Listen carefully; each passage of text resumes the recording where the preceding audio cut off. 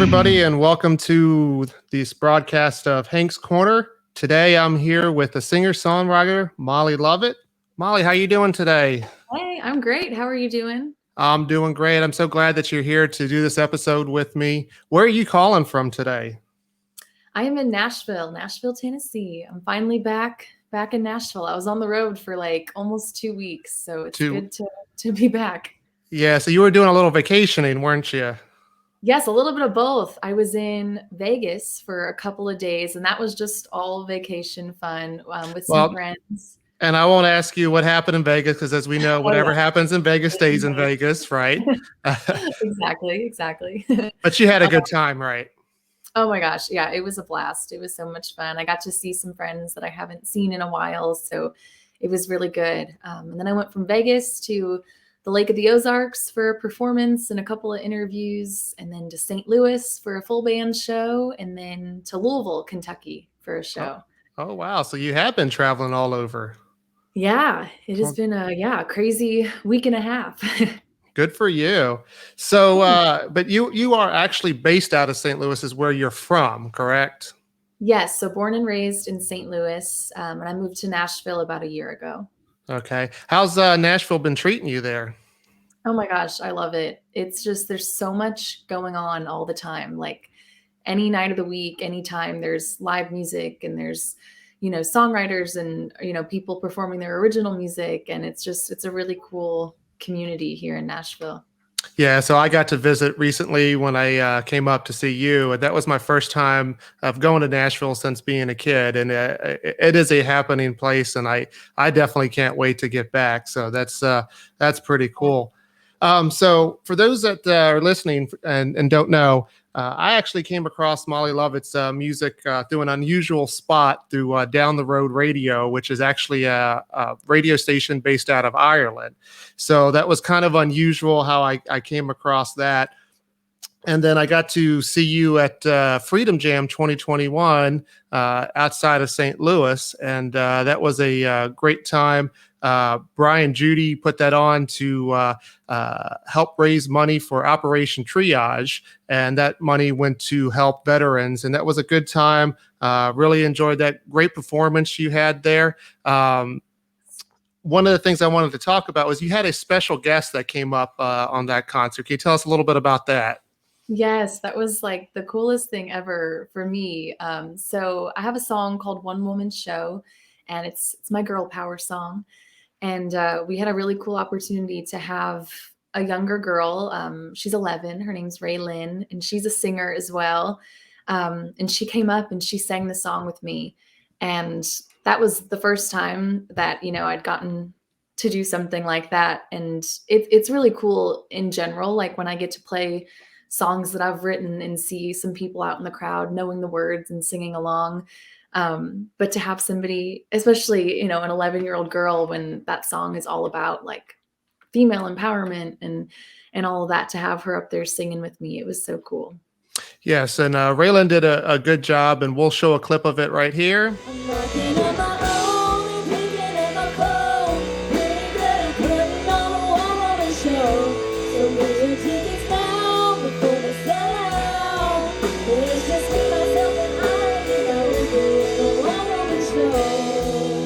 Judy actually sent in one of the questions when I asked people to send in questions, and he wants to know, how do you feel about being such a positive influence, whether it's upcoming artists like Raylyn or other females in general? How do you feel about being a role model for them?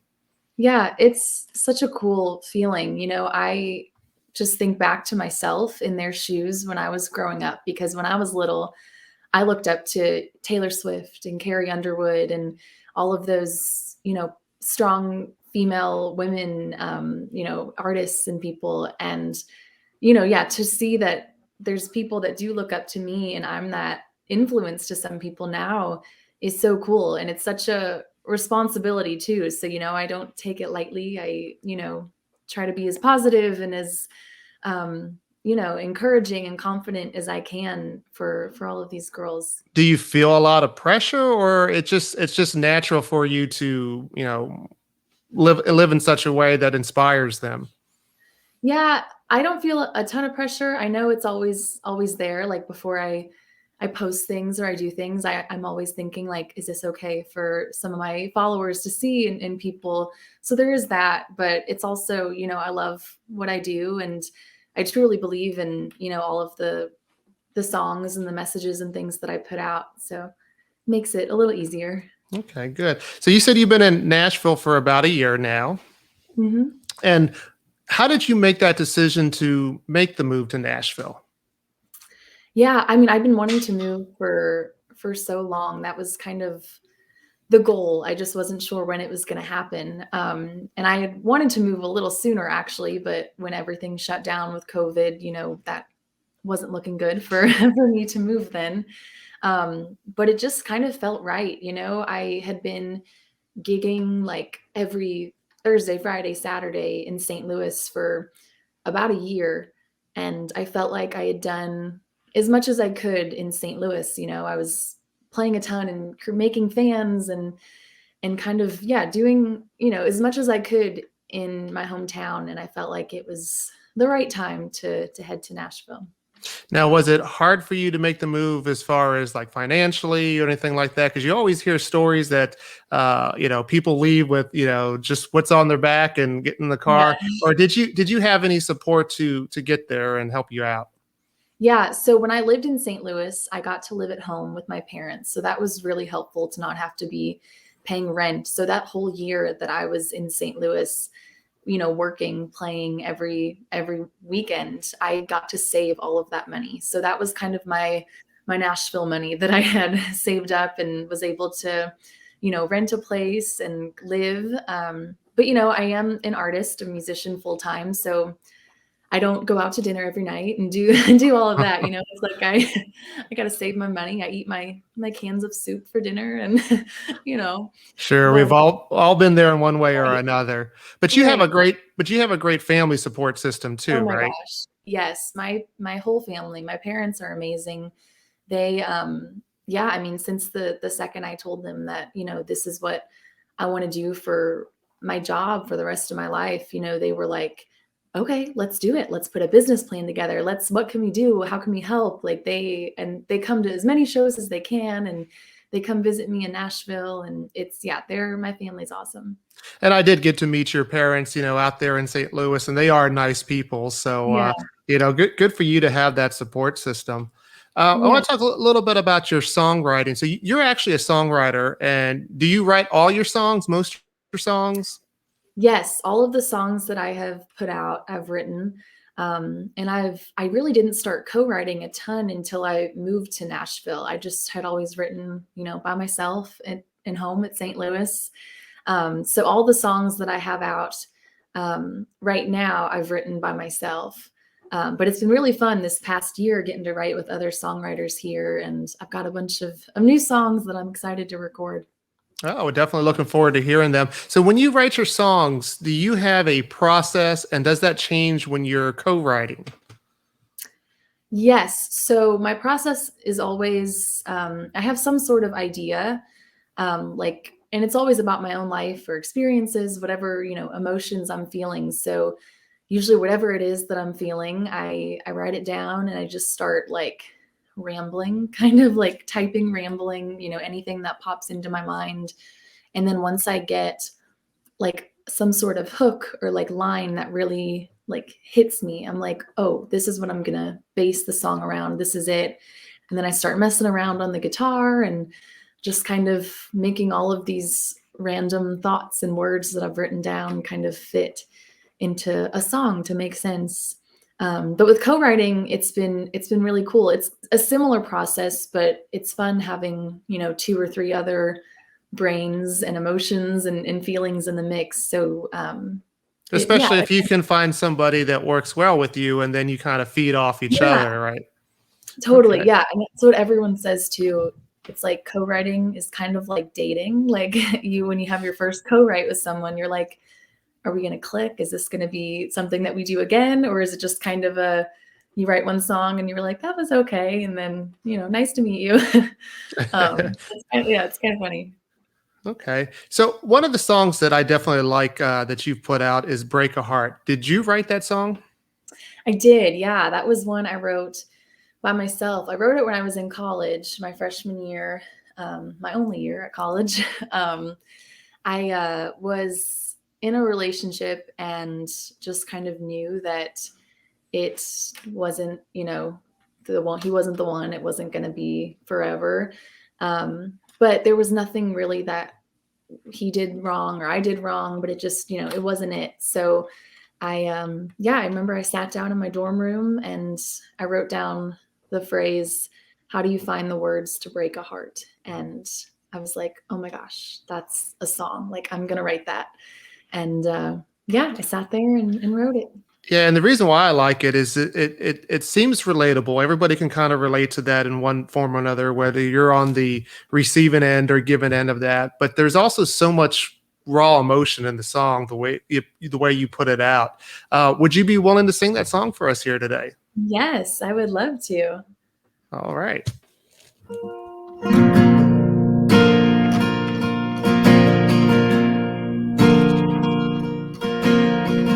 They say it's over when it's over, and you got nothing left to give.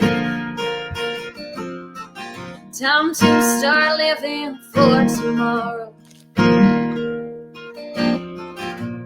instead of living just to live. And he no longer makes you happy, can't keep that smile upon your face. Used to fill your world with wonder, but now you wonder what to say.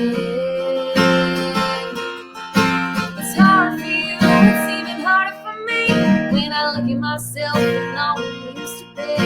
Can't hold on, and I know we're falling apart. Hope you'll understand and I hope you'll see. No, you don't want to hear, it's not you, it's me. It's time to stop, there's no good place to start. How do you find words to break a heart?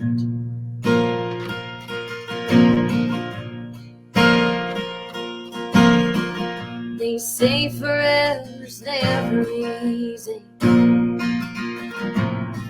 Sometimes the story gets cut short. Feels like the hurt will never end, but I know we'll find something more. It's hard for you, it's even harder for me, when I look at myself and all we used to be. Can't hold on, and I know we're falling apart. Hope you'll understand and I hope you'll see. No, you don't want to hear, it's not you, it's me. It's time to stop, there's no good place to start. So how do you find words to break a heart?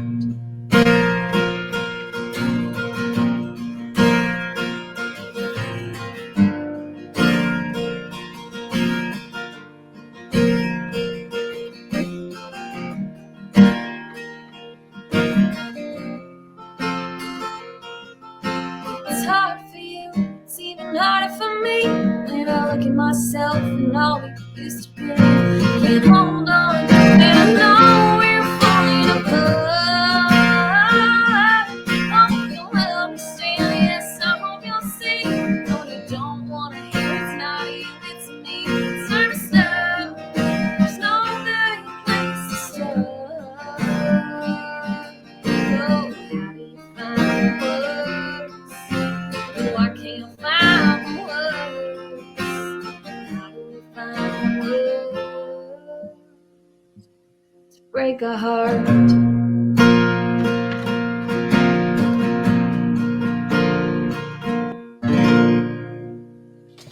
So you're listening to Hank's Corner. I'm Hank Jr. and here with Molly Lovett. She just sung "Break a Heart" for us, and that was very good. Like I said, I really enjoy it. It's such a emotional song that it still kind of gets me every time I listen to Aw, it. thanks. you. So, when did you start realizing that, music was kind of the thing for you? Yeah, I mean, since I was little, that had always been the dream. Like I would tell people when I was a little girl, like, I'm gonna be a famous singer when I'm older. I'm gonna be Taylor Swift. And that was always like, what I wanted to do. But I ended up going to college, taking the normal route, what I thought I should do. And I was actually studying to be a teacher. So my mom was a teacher. She's in education, and I just kind of figured I'd get my degree and still try to do music, but do the normal thing. But it was during my freshman year of college that I started putting out some music, and I played at some of the bars at my school. And I just, I wrote a ton, and music just started becoming more and more a part of my life. And I realized that I didn't want to go to school. I wanted to do music full time. That was like my dream. And I knew that I'd regret it later in life if I didn't go for it. And so I called my parents and I told them that exactly. And I was really nervous, expecting them to be like, oh, well, that's nice, but you need to go to school. Especially my mom, because she's in education. But my mom was actually the one that told me one of our favorite musicians, artists is Bon Jovi, especially my mom. Okay. That's like her favorite. And she had watched an interview that he did, and he was talking about if you want to make it in the music industry. And he said that if you want to make it, you can't have a backup plan. You can't have a plan B.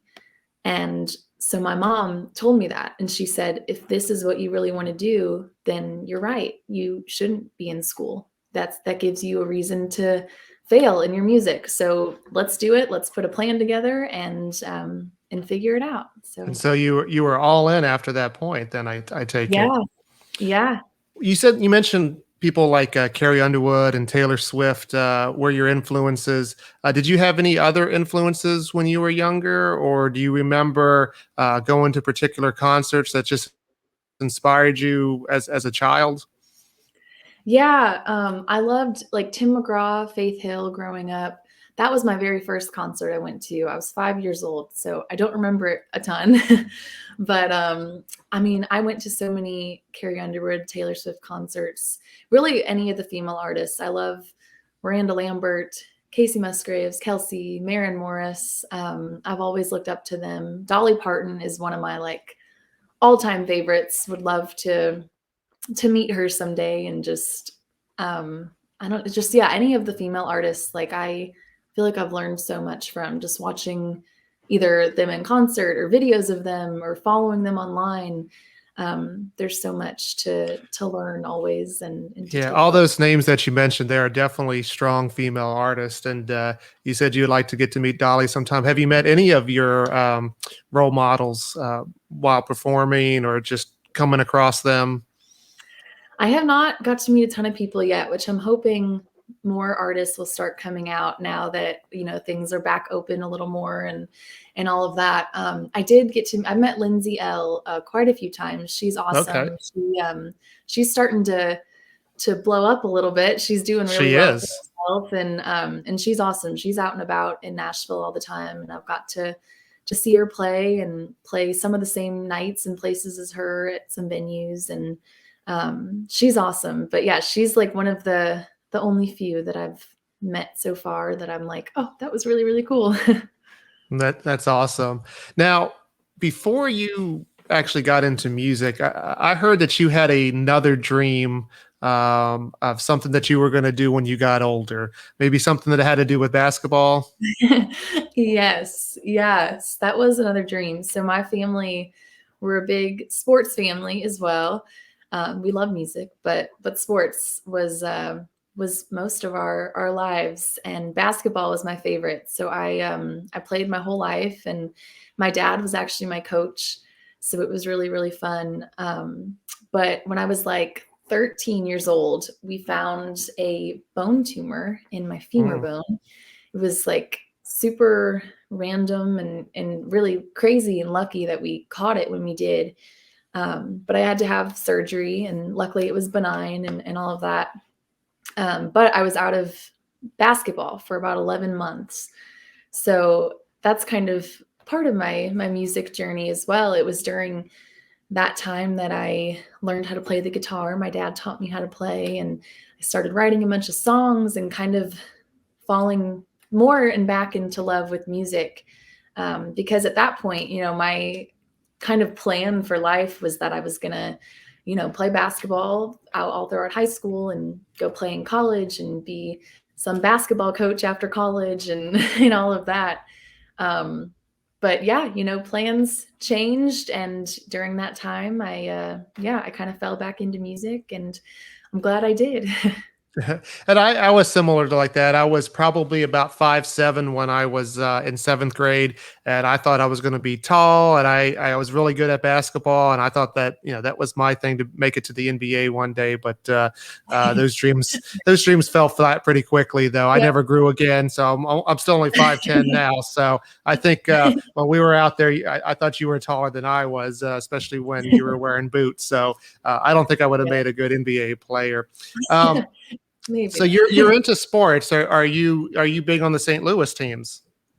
Yes, I love the Cardinals, the Blues. It was so much fun a couple years ago when the Blues won the Stanley Cup. That was like the coolest thing. My family and friends, we were all downtown for every game, and it was so much fun. And then, yeah, we always try to make at least one Cardinals game a year. But yeah, I love St. Louis.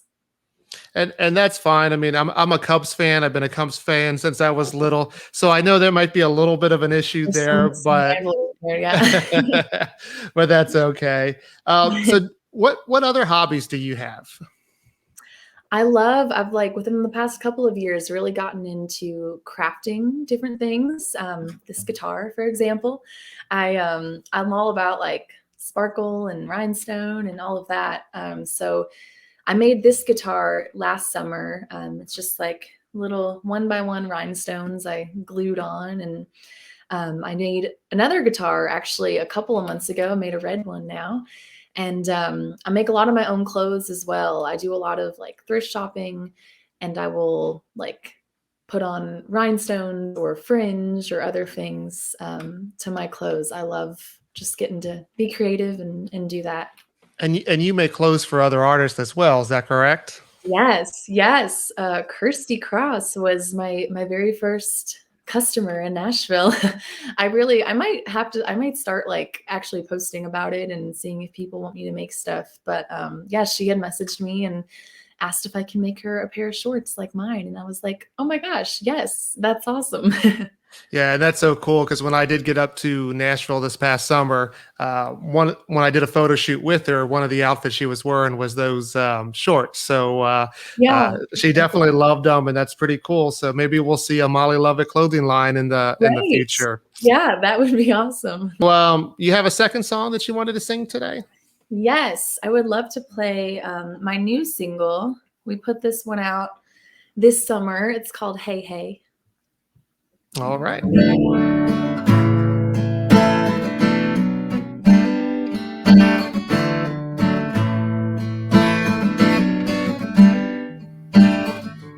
fun messing around on a Friday night.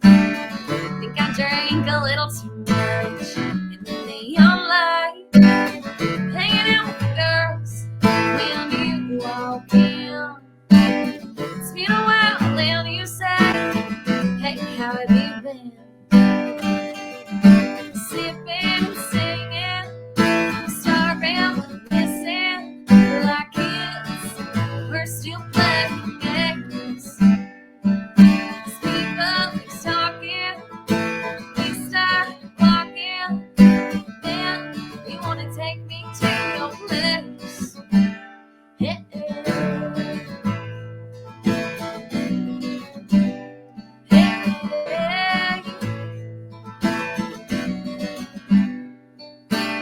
So many thoughts and memories racing through my mind. I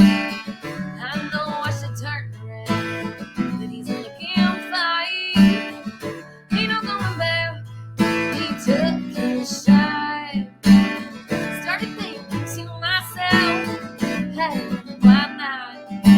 Sleeping and singing, starving, listen, like kids, we're still playing games.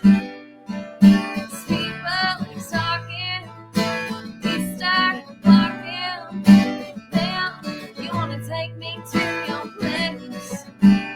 Hey, hey.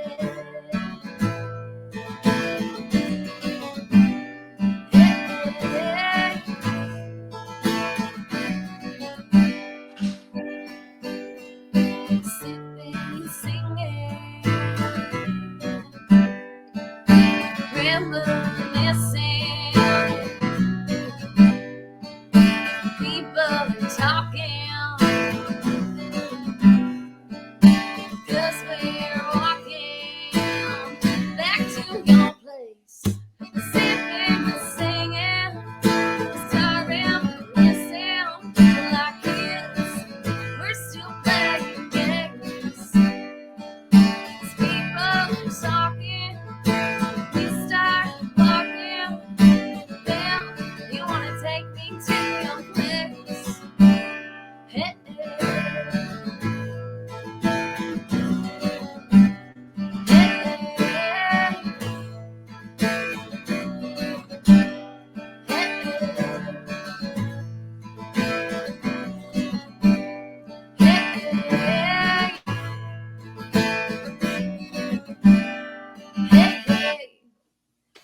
That's Molly Lovett singing "Hey Hey" here on Hank's Corner, and I really love that song. I mean, it's such a fun song, and I found myself all summer listening to it. And I would tell people, I said, this is something that should be on mainstream radio. And has it been a big hit for you? Thank you. Yeah, I mean, it's done really well on Spotify and Apple Music, and a lot of people added it to their, summer playlists and stuff, which I really appreciate. That goes a long way. But yeah, I mean, hopefully we'll keep the momentum up with this song, and yeah, try to push radio and see what happens with it. Yeah. So we mentioned Kirsty Krause. So Kirsty Krause and Rob Reiser are actually down here in Florida right now, and I'm going to get to see them perform this Halloween over in Plant City at a winery. And so one of the questions I have for you is, when are you going to come to Florida? That's a great question. Hopefully soon. I'd love to come during maybe one of the upcoming months where it's going to be cold here in Nashville and back home in St. Louis. And yeah, I don't know. That's a really good question, but I do want to make it to Florida. I promise I will at some point. Awesome. And so I did have a question that came in from Kelsey Parker. She wanted to know, where was your favorite, I guess, venue or show that you got to play this past summer? Oh, good question.